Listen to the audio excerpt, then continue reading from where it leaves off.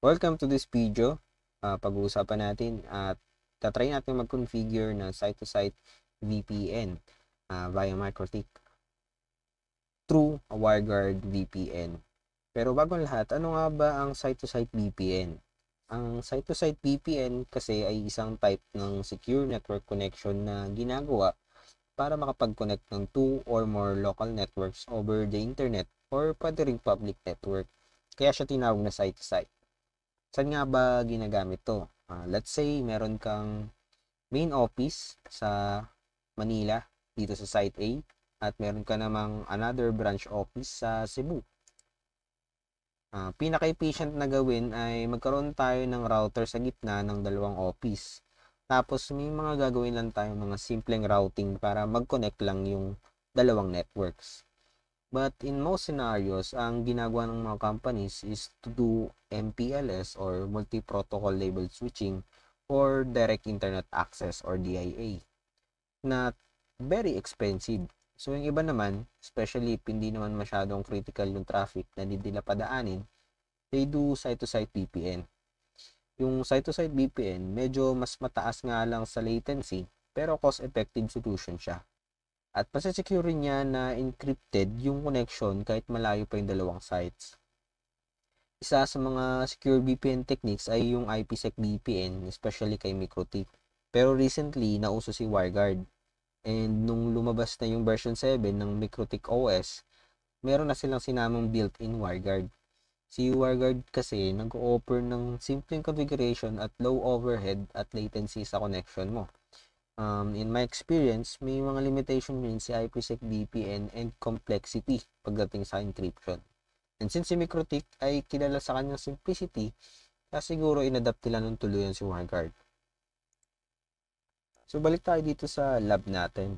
Meron tayong dalawang site, si Site A at si Site B. Si Site A ay may internal network na 10.10.10.0/24 at si Site B naman ay 10.10.20.0/24. And both Site A ay binigyan ng kani-kanilang mga ISP ng public IP. Si Router 1 ay merong public IP na 192.168.100.100 at si Site B naman ay may public IP na 192.168.200.100.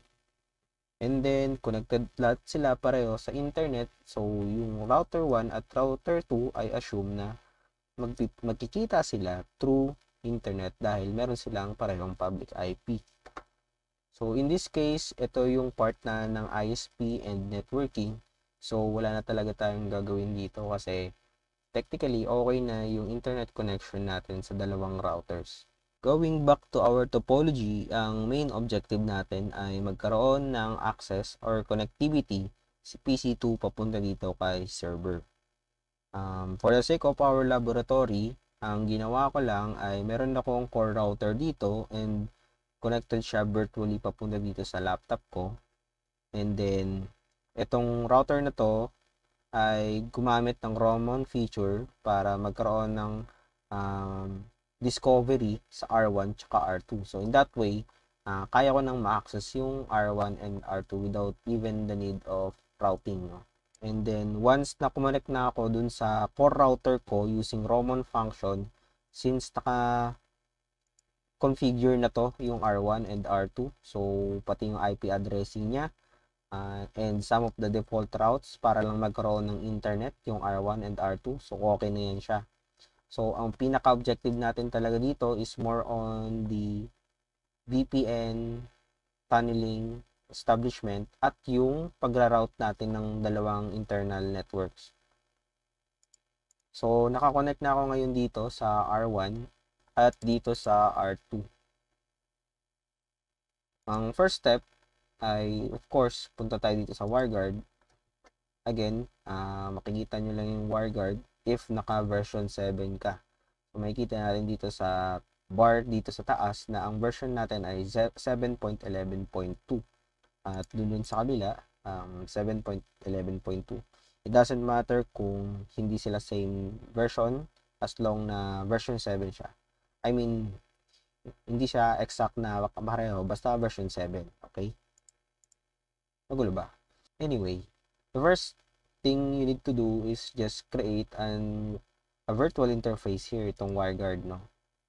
So, pwede mo siyang pangalanan ng kahit ano. So, in our case, tanggalin na natin itong WireGuard. So, A na lang ilagay natin kasi ito yung site A. Nakikita nyo rin dito yan sa identity, no? R1 to. Nasa R1 tayo currently. And then, as you can see, makikita natin yung MTU niya and may private key na na-generate at public key. And then, gawin rin natin yung sa kabilang side. Gagawa tayo ng WireGuard virtual interface. So, yan. WireGuard at B. Yan. So, unique yung public key niya, no? Magkaiba talaga yan. At sobrang dami niyan. Yung chance na parehas kayo ay very low chance lang talaga.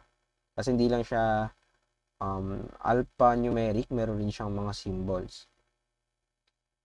Yung mga public key na yan, ito yung paraan natin para magkaroon ng connection pagdating dun sa kabila. Kasi ito yung nagsisilbi nilang encryption. So, balik tayo dito sa R1.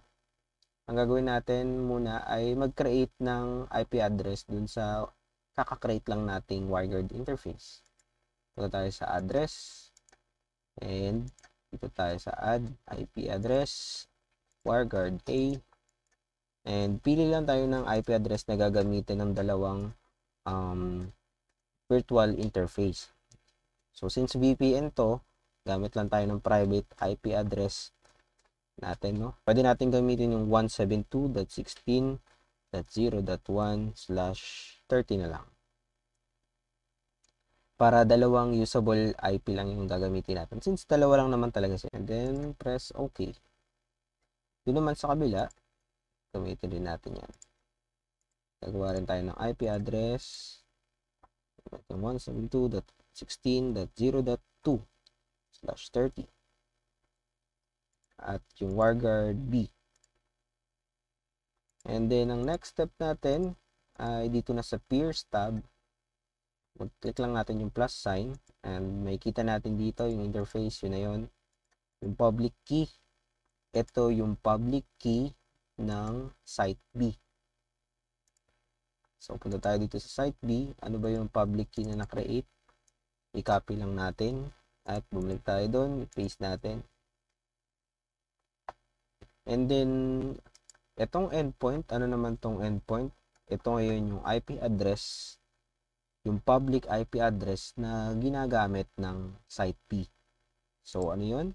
Balik tayo sa topology. Itong 192.168.200.100. Confirm lang natin kung naka-configure yan dito. So, ito yan. And then, i-confirm lang natin kung may connectivity ba talaga yung router 1 dun sa public IP ng router 2. So, type lang natin yung 192.168.200.100.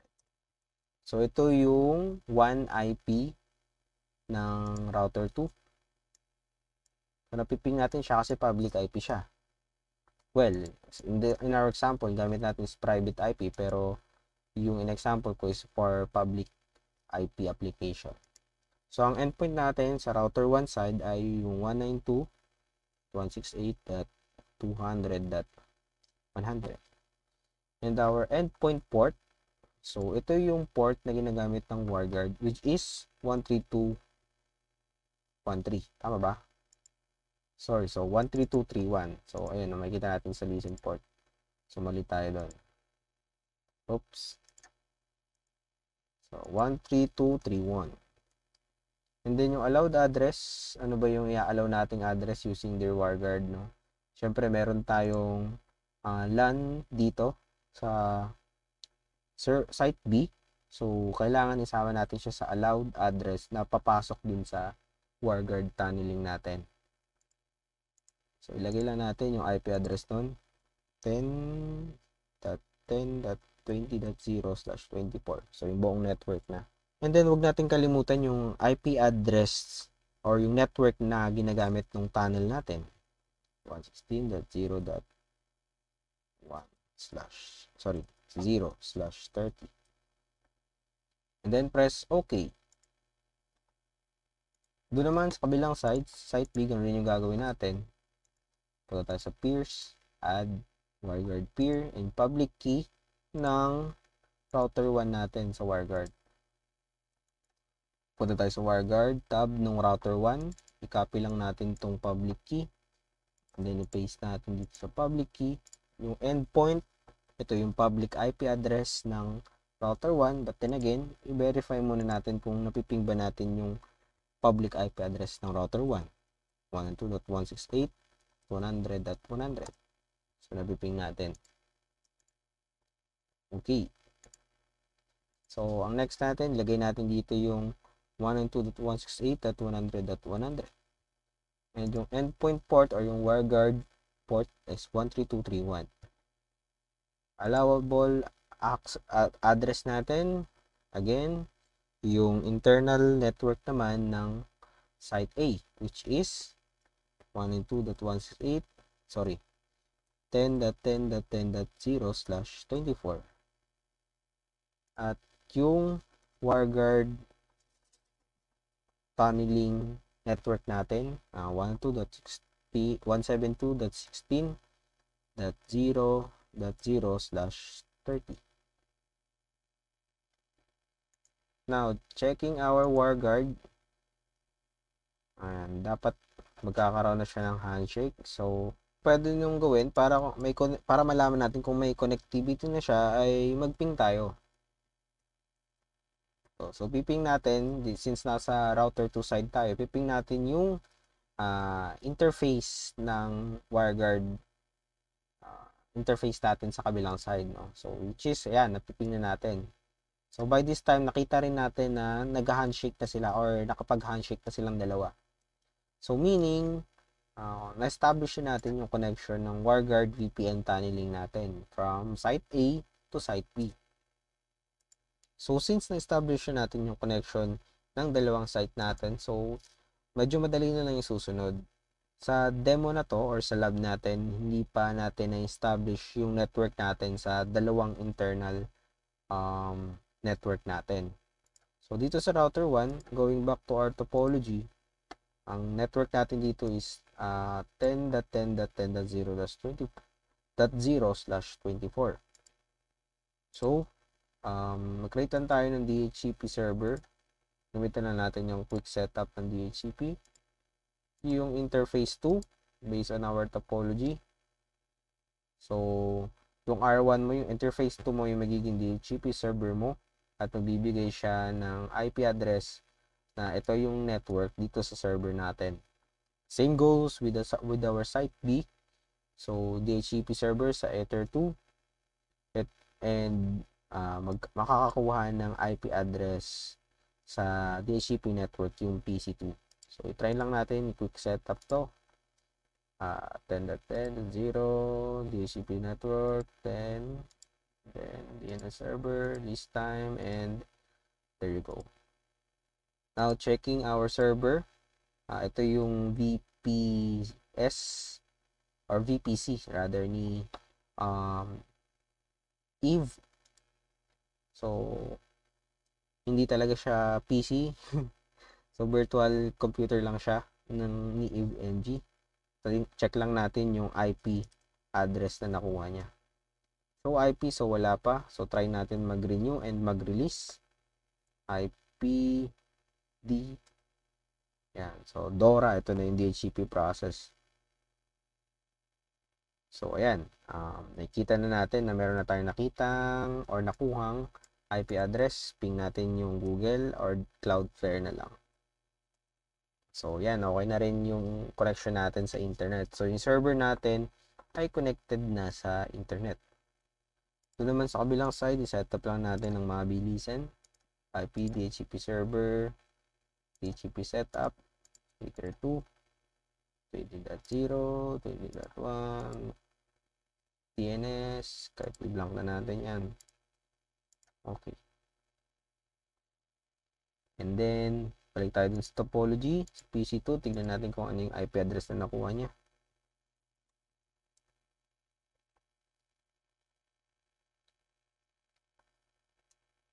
So, try lang natin mag-ping.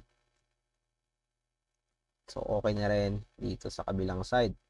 So, itry naman natin i-ping yung PC2 sa server. Yung IP ng server kanina is 10.10.10.254. So, hindi pa natin siya na-establish ng connection kasi hindi pa tayo nakapag-create ng routing dun sa dalawa nating routers.